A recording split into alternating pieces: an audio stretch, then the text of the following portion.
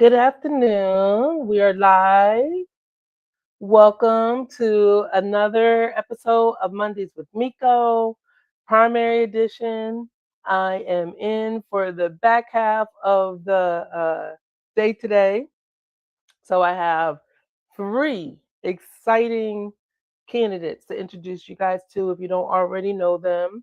One at 4, one at 5, and one at 6.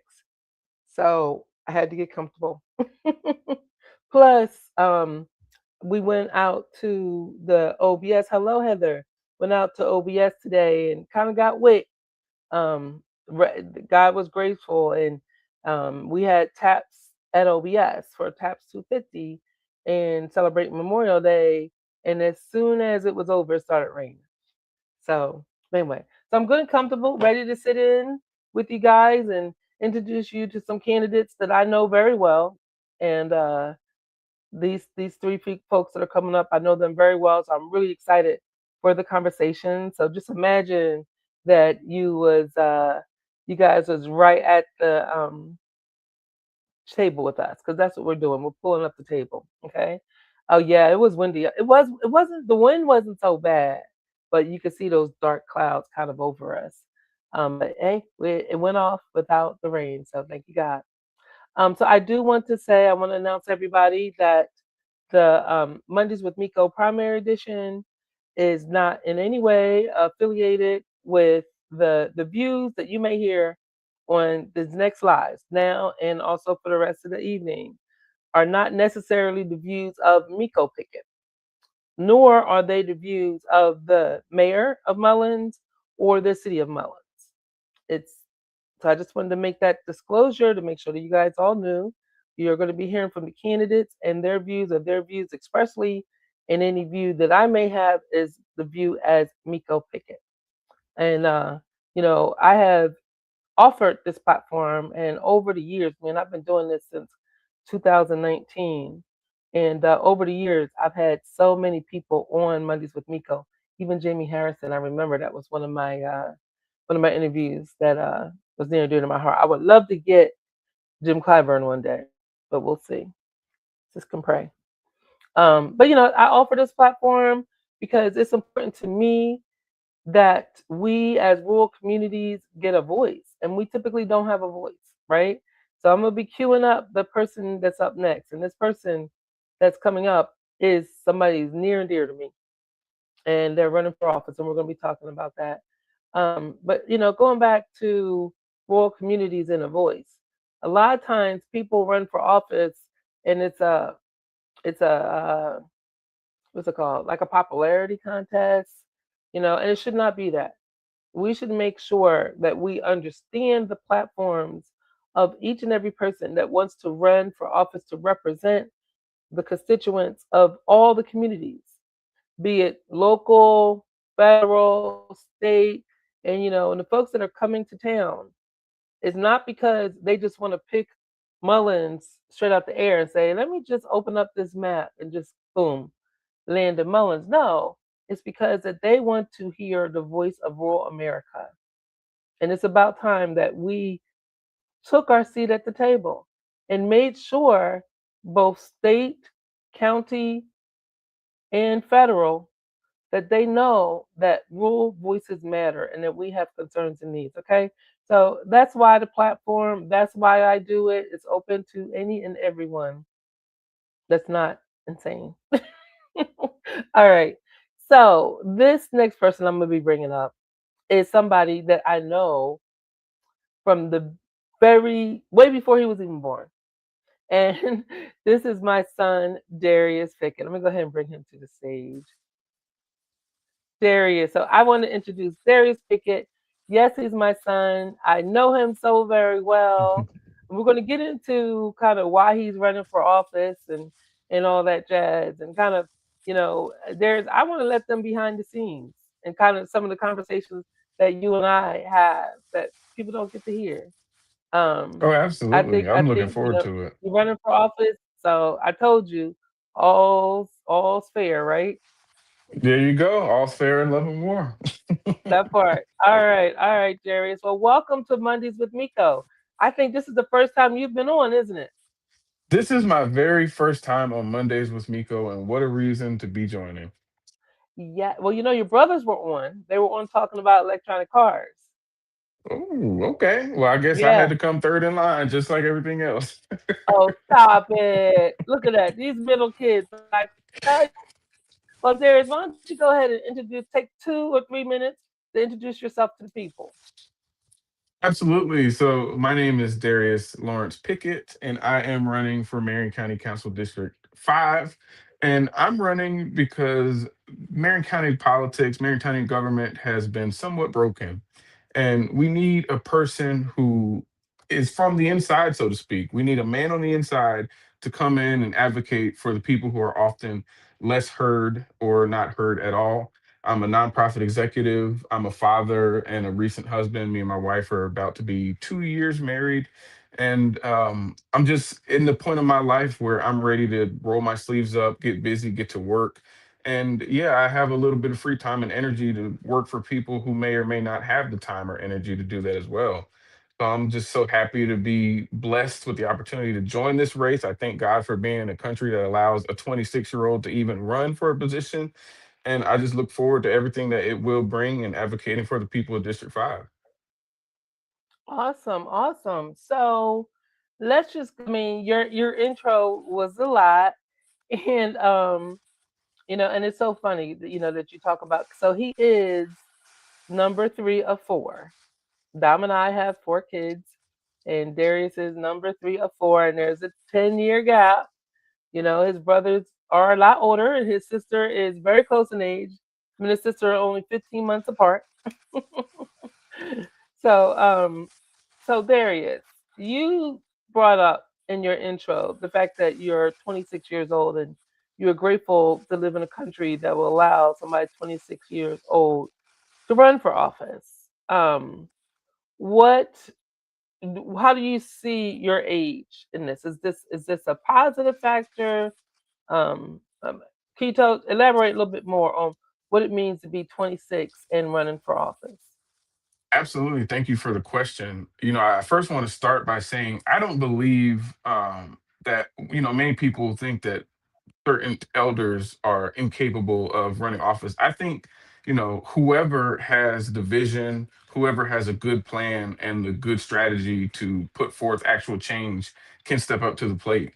And I think personally, with my age now, I've been through some things. I've experienced enough professionally to kind of know how things work out here. And I've seen enough in my adult life, especially since being a dad. It's almost like the conditions around you mean so much more when you're not just fighting for yourself, but you're fighting for your child and your wife and family as well. So, Mm. alongside the energy that I have, I am at a point where, people my age, I grew up in the age of information. If you ask me right now to pull up anything off the internet, I could probably grab it in 10 seconds.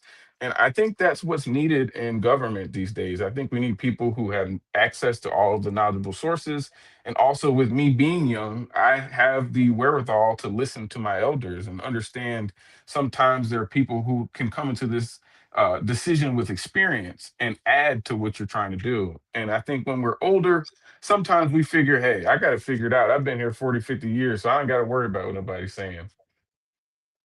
Yes, yes. And I love the way you answered that question because I think it's important to have a mixture on the county council of age, different points of view, right? It all matters. Gender, And you brought up a good point, gender, which we don't, so we need some females to step up to the plate. But also, you talk about us being in the internet age and, things can get done faster. Absolutely in the internet age. So you talk about when you became a dad, and I'm going to take this down to the young people lane. How becoming a dad kind of changed you, and and it's funny, y'all. That's the first time I ever heard my son say that. So I'm gonna try to park the mama stuff because when you said that, it reminded me of your father because he told me that almost verbatim that when your oldest brother was born, that it changed him. So one of the things that we hear a lot, especially young people don't vote, Their votes don't matter. With you being 26 and running for office, and if you get and when you get elected, what? Because you still got more races. This is the primary right now, and then it would be uh, the general. But what what would you say to young fathers that feel like, or young mothers, that their vote doesn't count, Yeah, and how absolutely. they should Great be involved? question.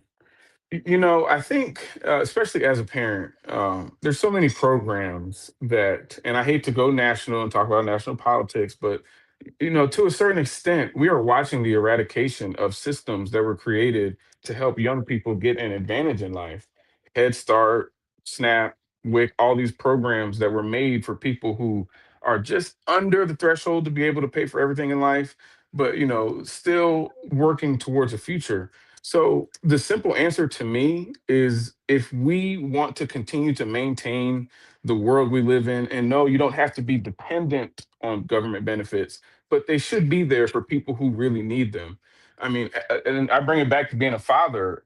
I have one baby, and for me, everything that he does matters 10 times more, especially because he's only 3 years old. So, I think about the things he's learning. I think about the environments around him, how they may be affecting him now and for the future. And, our babies, they come into this world with just us. It's up to us to dictate the society that we put them around. And I feel there's no better way to do that than for me to jump into the race and make sure that I'm putting the top priorities on the table that will help me and my son in the future.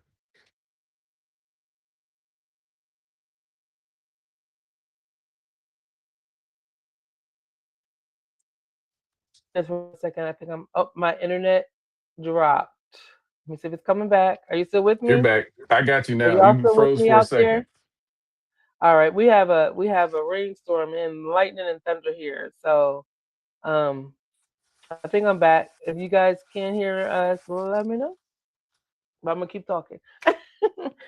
So people ask about, oh, you're running because your mom wants you to run. Um, or your mom's asking you to run, your mom's forcing you to run. Let's talk to them about that. Yeah. Yeah. Well, because I that mean, is look. because let me tell the folk right now.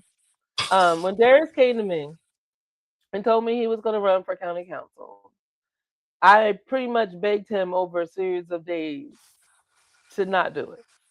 And the reason why is because I know how hard it is. I know, and it's so funny. It's because, and not that our family's afraid of hard work, right? That ain't true. But it is because I, just like any other mother, you want to protect your child, you know. And Darius, when I was talking to you over those days and wanting to be mother hen and wanting to protect you and not wanting you to have your feelings hurt and not wanting people to, say things to you because of how they feel about me,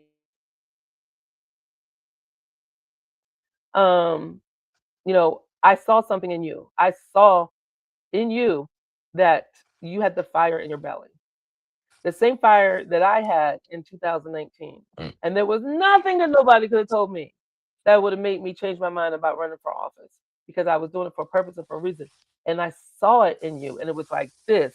And that is when I stopped talking. That's when I Mhm. said, this is what my son wants to do, and I'm going to support him wholeheartedly. Absolutely. And I love you, mama. I love that you protecting me, protecting my well-being. But you gotta understand, you raised a very strong child that came from a very strong mama. So, it's all good. And also at the end of the day, it's overwhelming to receive so much controversy when you're doing so much good. But the reality is, mom, you have a ton of support, a ton of people that are behind you. For every person that isn't behind you, you have two people telling you to keep on going.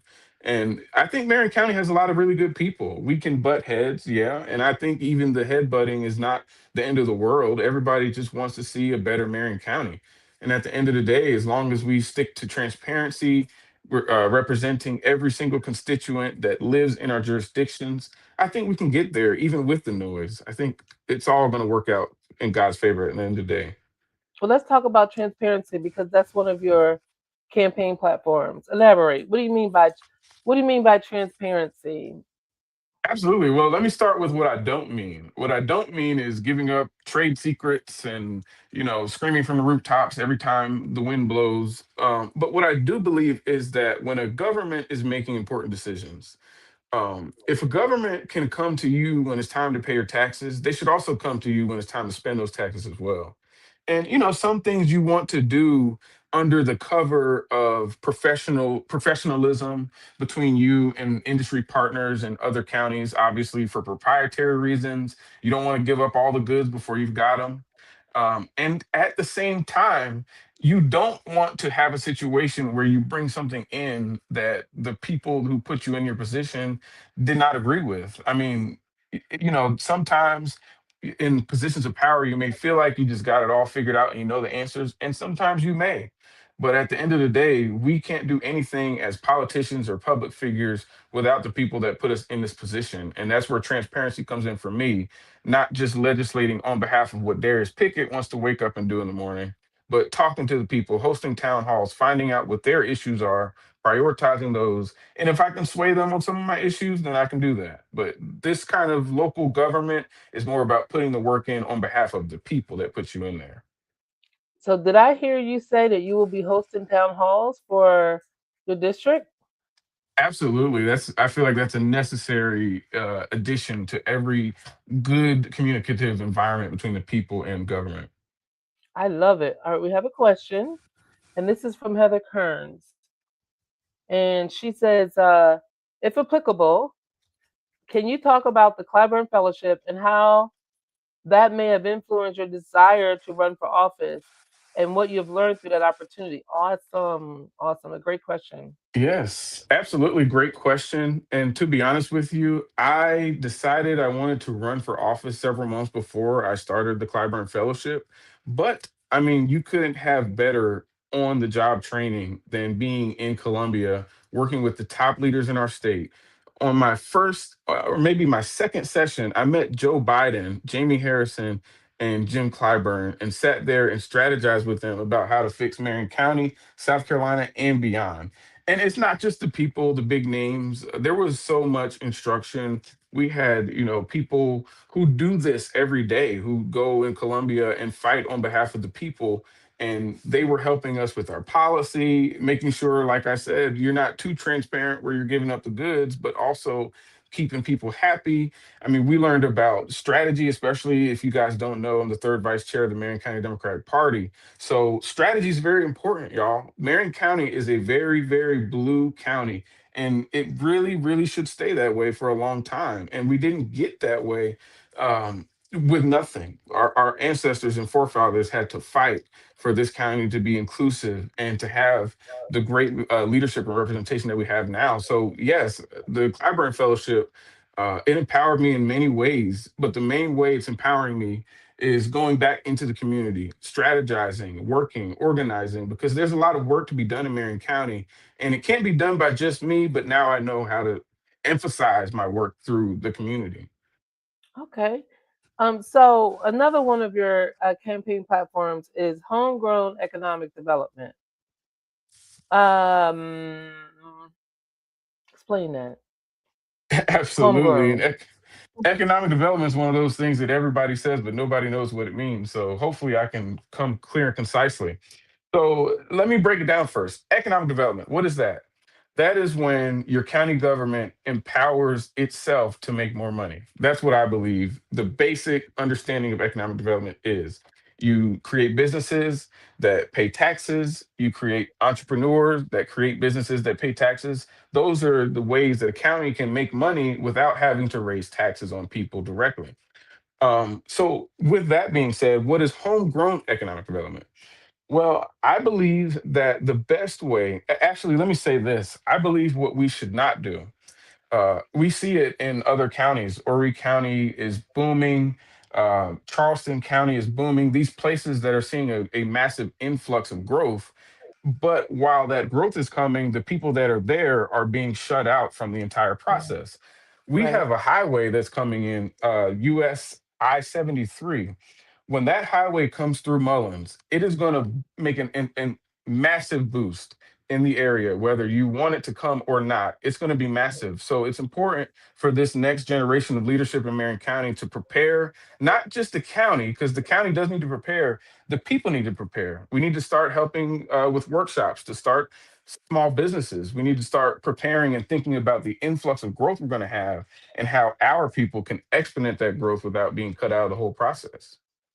Yeah, and and I'll say that it's a very collaborative, it should be a very collaborative process. And you and I have seen this in other counties where local governments and county governments are working together, and in doing so, it creates this economic opportunity that is just awesome, right? And so, and I will say, even in my role as mayor, the economic development office, they're right and ready for these partnerships to happen.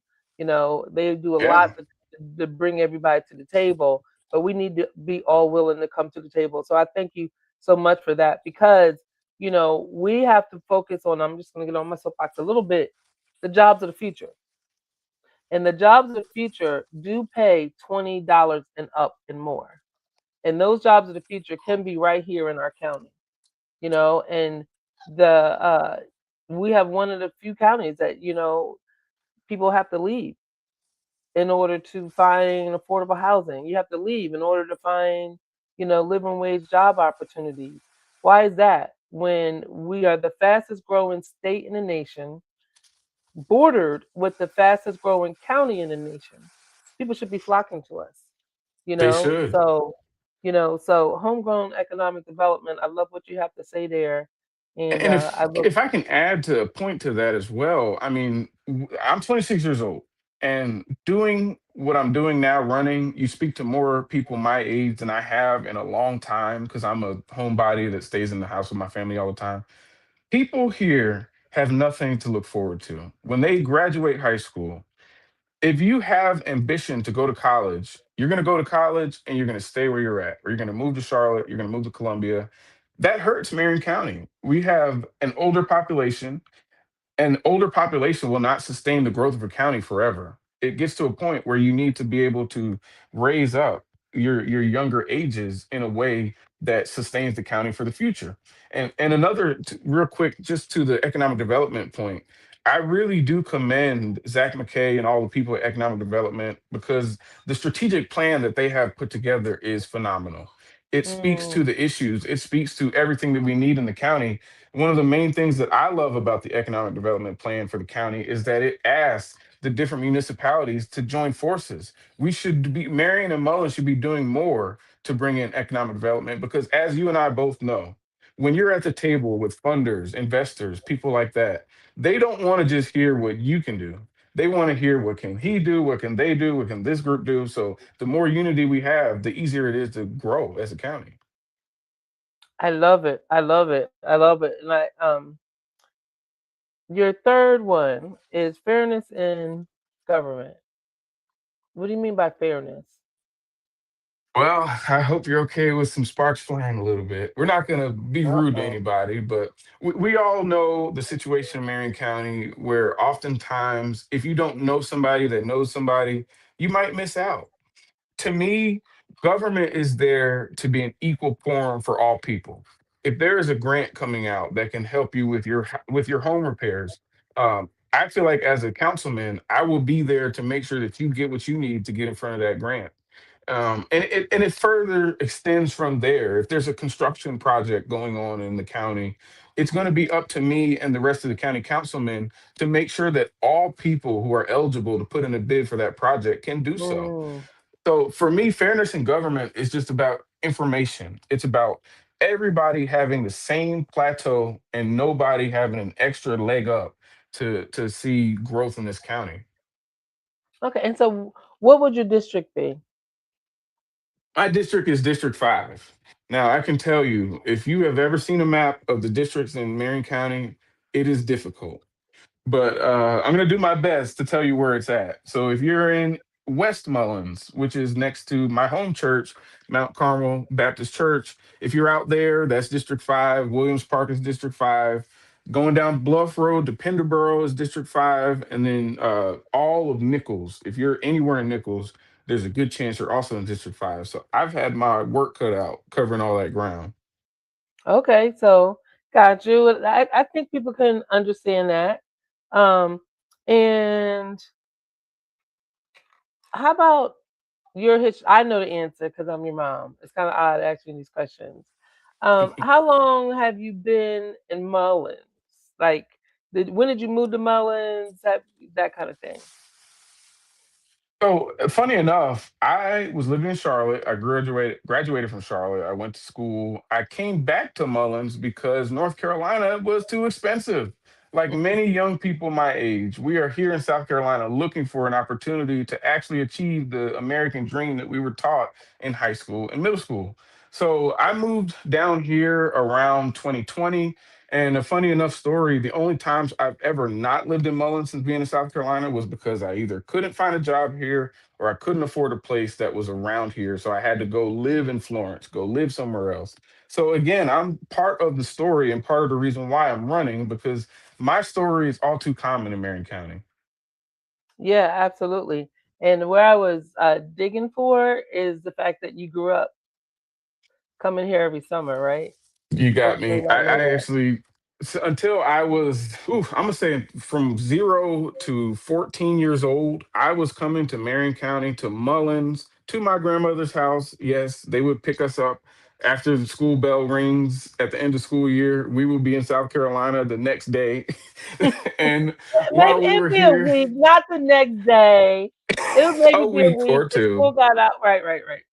Right. But nonetheless, being down here, we would spend every waking hour of the day with my grandmother at Troy Johnson Learning Corner, learning what it's like to be a kid in South Carolina. The kids down here picked at us a little bit because we were northern and talk funny. But nonetheless, we were there at Tiger Mart eating the ice cream. I remember my grandmother, she used to go down Main Street and we would just be in that car shopping for hours. And, I feel like I'm only 26 years old. So if I've experienced that, then there is a possibility for kids that are coming up younger than me or my age to experience that again as well. Okay. And blessed son, a whole bunch of sevens. His or her question, I'm not sure. Blessed one, 777, says, why is it so hard for the minority to get a job? I think you've been kind of talking about it, but you have an answer for them? Yeah, absolutely. And when I speak to this, there's a historical part of what I'm speaking to. When you have decades of unfairness in government, governmental unfairness, there creates a certain divide. And it makes it where if your parents or grandparents weren't properly set up in the way that some people's might have been, then that means you have a lower chance of success as well. Now, I'll tell you this though, there's multiple sides of that coin. Another side of the coin, and you taught me this, mom, from a very young age when you were still in the corporate world. When you go to an interview, you are being interviewed the very second you enter the premises of that building. They will see how you come in, how you greet the people that you talk to when you get to the interview. They want to see that you know how to speak professionally. And even when you're emailing, when you're getting an email asking to set up the interview, it all matters. I hire myself as well. And unfortunately, I can tell you, Marion County has a lot of work to do with getting our young people ready to be hired. Because it's one thing to say, hey, businesses, come in. We've got all these people. But when they get here, if they can't find anywhere to work, they will feel bamboozled. So part of my platform also in that homegrown economic development is getting our people ready, setting up work fairs, job fairs, setting up mock interview situations. It's a lot of stuff I do already, but I'll be more empowered to do so in county government. Okay. Next question comes from Ed Vaughn, and she said her son spent summers in Scotch community, and he moved down here after school. He's now working here, but not making so much to live on. Um, he's thinking about moving back to Maryland. So I think she agrees. And that's where the county and the cities can definitely work together, right? Because there's nonprofits out there that want to help us and also the school district, right? I've been in conversations with ACT and with employers. And every time we sit down and talk to employers, they talk about job readiness that starts at the interview. And one thing I always tell people is when you are working and when you are interviewing, you should be interviewing for the job that you want, not the level that you're going for, but that next level. When you're sitting Absolutely. across from the boss, you should be looking at them as a peer. Yeah. You should be Yeah. dressing professionally like that. And so I think that there's a lot we can do. I know the Municipal Alliance in Mullins, which has been talking about, setting up a professional clothing closet. I know Ed Levon has been talking about that. And I love to hear you as a young person acknowledge that we have to work on job readiness for the jobs of the future. And they're ready to come. They are ready to come. And Absolutely. I'm gonna tell you this. I was just in a meeting with an employer who also said that he is willing to hire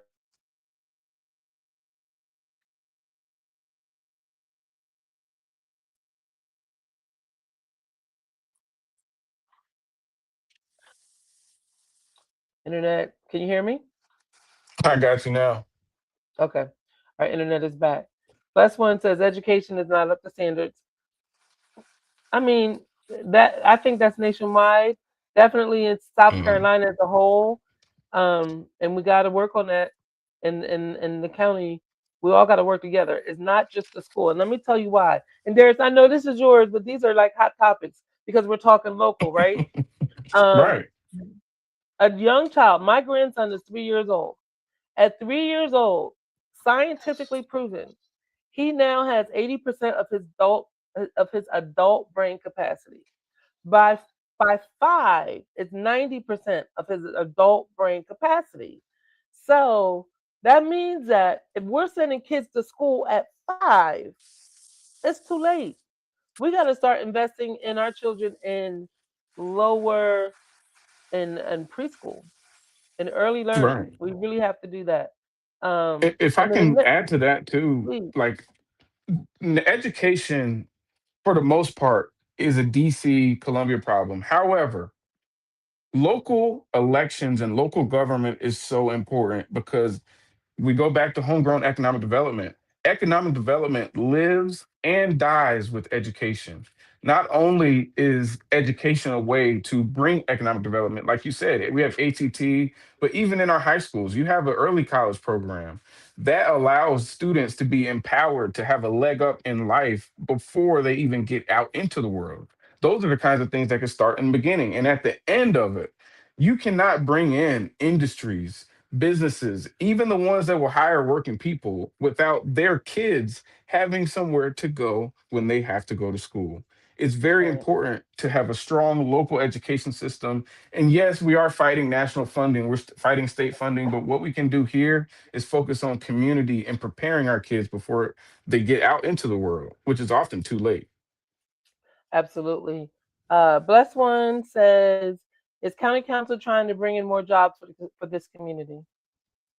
I think so. I mean, I'm not the kind of person that believes these people want bad things for the area. I don't believe that at all. And, I've spoken to my incumbent. He's a great person.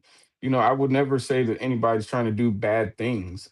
I can say that I have a personal strategy that I believe will bring the results in.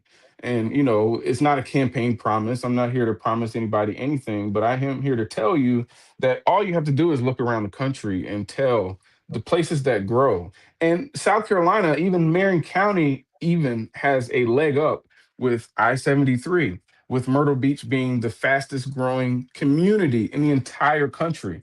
We have a perfect opportunity to right decades of wrongs. And it's going to take strong leadership to make sure we do that the right way. Absolutely. And Heather is asking about the closet thing. So real quick, Heather, what the closet thing is a clothing closet. So because we need to have that education of our young people to say this is how you dress for an interview. Because if you don't tell them how to dress for an interview, they can show up dressing any kind of way. And the employers get turned off right away.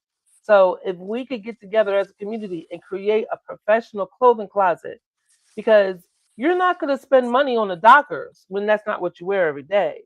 But you need to have Dockers and a button-down shirt, or a pair of Dockers and a, like, a shirt that Darius has on for that interview.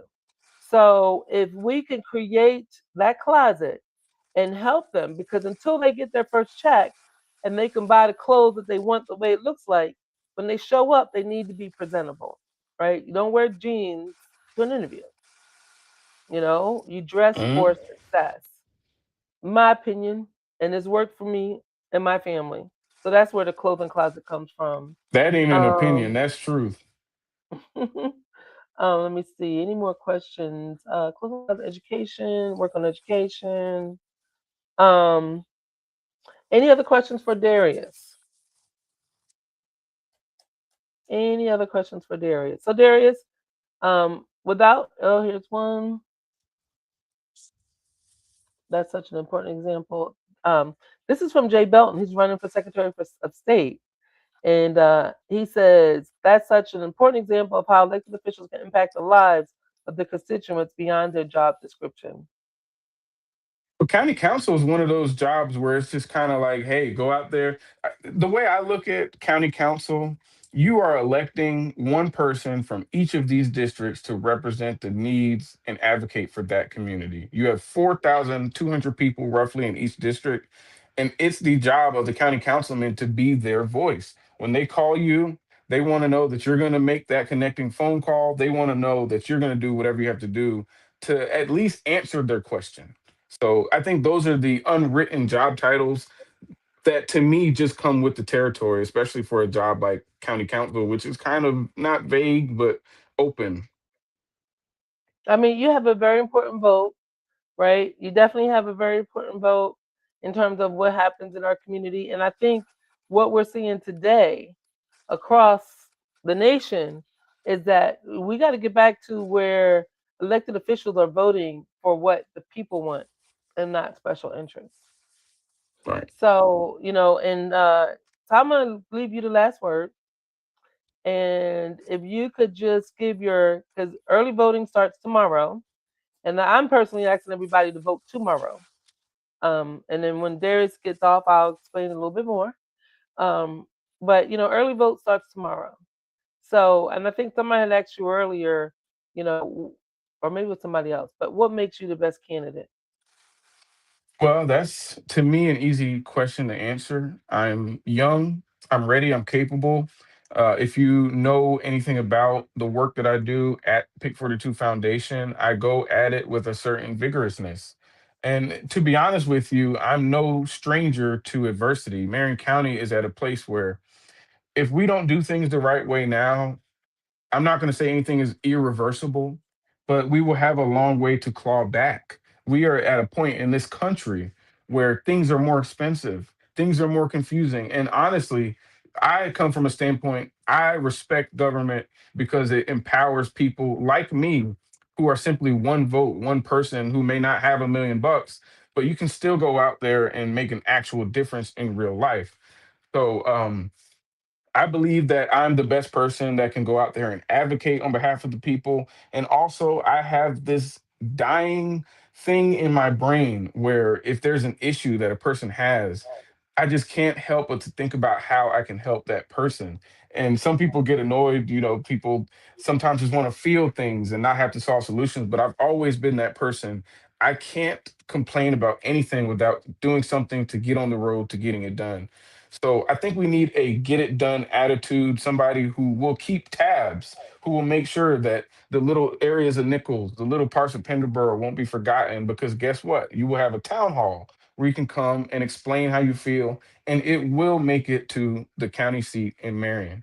So that's about as good as I can do to advocate for myself. You all, seriously, it's very important that we vote uh, early, show force early in Columbia. They are trying to potentially change the data primaries, which can be confusing. And we just need to fight back. And we don't have to do that in any kind of stressing way. I know they hate when we say volunteer. I know you hate when we say come to all of our meetings.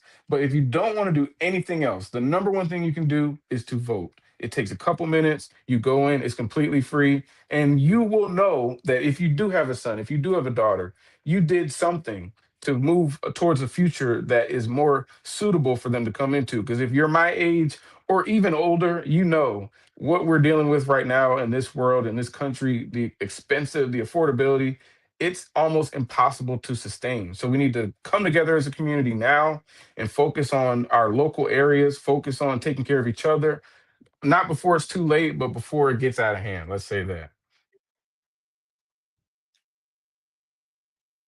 I'm not sure if that's you or me. Okay, early voting, here I come. Yes, Cynthia Wilson. Town halls are a great idea. No more surprises. Brandon Brown, we're cheering for you, Darius. The entire county will benefit from your ideas and energy. Awesome, awesome, awesome. Listen, I appreciate you, son, Mr. Pickett. I do. I appreciate you for just stepping up for our county, stepping up from our county. And, I think one of the things that we've gained from you running for office is the conversation. And that is awesome. And that's what we deserve in Marion County. So I'm pulling for you, and I wish you the very best. And Oh, thank you so much. I forgot One more, go ahead. One one more, go thing. I ahead. forgot one thing. I want to make Go a ahead. parting note because while I am running in a primary, I think it's important that people in District 5 understand one thing. This is a year, unlike decades before, where we have a Democratic primary and that is the councilman. This is a year where you will have a Republican on the ballot in November. Do we have good Republicans in the world? We do. However, when you can co-sign with Donald Trump's agenda coming from Washington, D.C., I'm gonna tell you right now, the people of Marion County cannot sustain that. So whether it's me, whether it's my opponent, please, please, please, this is not the year to stay at the sidelines or sit on the bench. We need to be out voting and keeping Marion County blue and moving towards a progressive future. Thank you. Absolutely. Very well said. Very well said. This is the primary. Coming out of the primary, there will be one Democrat, and that one Democrat will have to run against the Republican in November. Well, thank you so much, Darius. I appreciate you. Thank you. Thank you for the platform. Yes, and your dad's going to bring your son back in a minute. Okay. All right. All righty. Well, that's my son. That's my son. I'm very grateful for him, and him doing what his mama asked him not to do, because he definitely has that fire in his belly, and I support him wholeheartedly. So tomorrow is the beginning of early vote. I ask that you please, please, please go out tomorrow. We want people to actually vote tomorrow because we got to show the folks in Columbia that changing our election, redistricting Marion County, moving us from District 7 to District 6, and trying to oust Clyburn is not going to be acceptable. We're not going to take it sitting down. They see all of us coming out, then that will send a very big message. Some people are asking everybody to vote before 11. That's when the Senate will reconvene tomorrow at 11 o'clock. I'm actually, please just vote tomorrow. And that's across the state. That's just not Marion County. That's across the state. The early vote opens at 8:30 and it closes at 5 o'clock tomorrow at the uh, voter registration center, which is behind the Bojangles. All right, y'all. I will be back in just 15 minutes with my next candidate and discussion. Hope to see you soon.